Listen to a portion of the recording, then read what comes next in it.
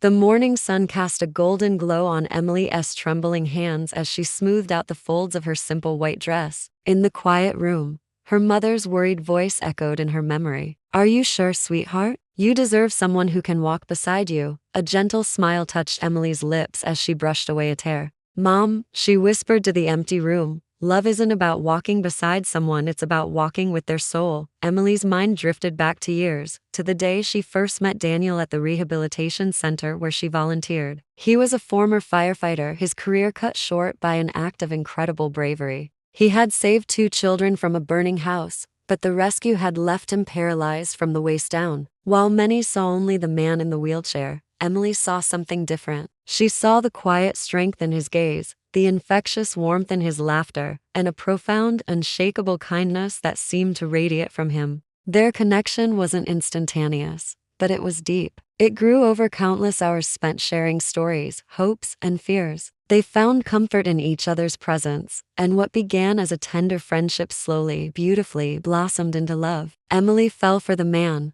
not his circumstances. She fell for his courage, his spirit, and the way he made her feel truly seen. The day he proposed was etched forever in her heart. His hands trembled as he held out the ring, tears of vulnerability and hope streaming down his cheeks. Without a single moment of hesitation, she said yes. But their joy wasn't shared by everyone. The whispers started soon after, following them like a persistent shadow. "She's throwing away her future," some would say. "She'll regret this one day." Even her best friend, with concern in her eyes, had asked, "But how will you live a normal life?" Emily's response was always unwavering, a testament to her conviction. "Normal is overrated," she would say with a calm smile. "I don't want a normal life. I want a meaningful one." And to her, a life with Daniel was the most meaningful life she could ever imagine. Finally, the wedding day arrived. It was a small, intimate ceremony held in a rustic country chapel adorned with cascading white roses and filled with their closest friends and family. Daniel was waiting at the altar,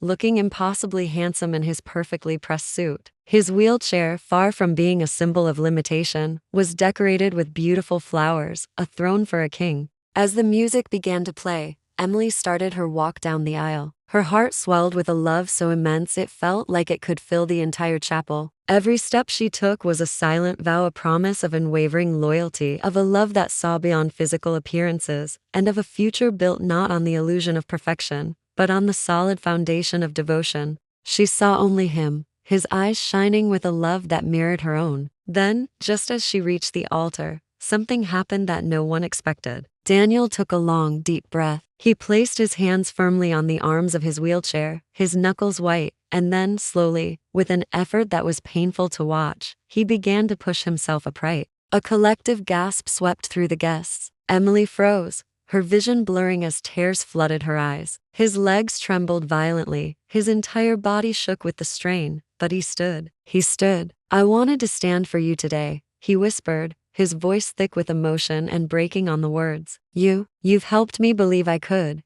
In that moment, there wasn't a dry eye in the room. The air was thick with a shared, sacred awe. Emily let her bouquet fall to the floor. She closed the small distance between them and wrapped her arms around his shaking frame, holding him steady. "You have always stood for me, Daniel," she sobbed into his shoulder. "Every single day. Now it's my turn to hold you." The applause that erupted wasn't just for a celebration. It was a thunderous acknowledgement of something profound. It was the sound of hearts awakening to a powerful truth, that real love, true love, has a healing power that goes far beyond the physical body. Later that evening, at the reception, they shared their first dance. Daniel balanced carefully, his weight leaning on her, while Emily supported him with a strength born of pure love. As they moved together, the world around them seemed to fade away into a soft, gentle blur. They weren't a disabled man and his devoted bride. They were simply two souls who had finally found their home in one another. In the years that followed, Emily and Daniel's story became a beacon of hope. They dedicated themselves to advocating for rehabilitation programs, visiting hospitals, and sharing their journey with others. They spoke of resilience, of finding strength in vulnerability, and of the incredible power of human connection.